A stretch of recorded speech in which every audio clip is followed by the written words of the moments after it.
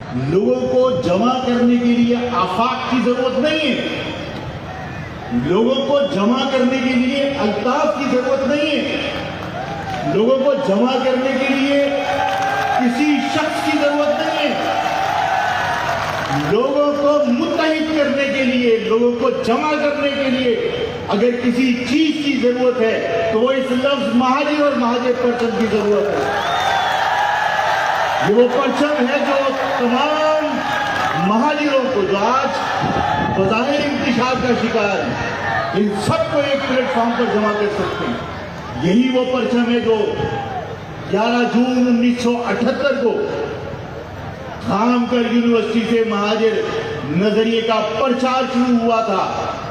یہی وہ پرچم ہے جس پرچم کے مان کے لیے لوگوں نے اپنی جانیں قربان کی تھی۔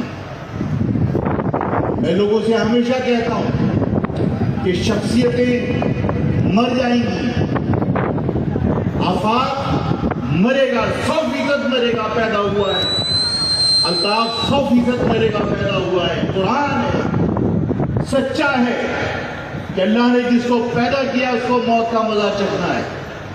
نہ الطاف اس بات کی گارنٹی دے سکتا ہے کہ وہ اپنی زندگی میں قوم کو منزل تک پہنچا دے گا، اور نہ آفاق اس بات کی گارنٹی دے سکتا ہے۔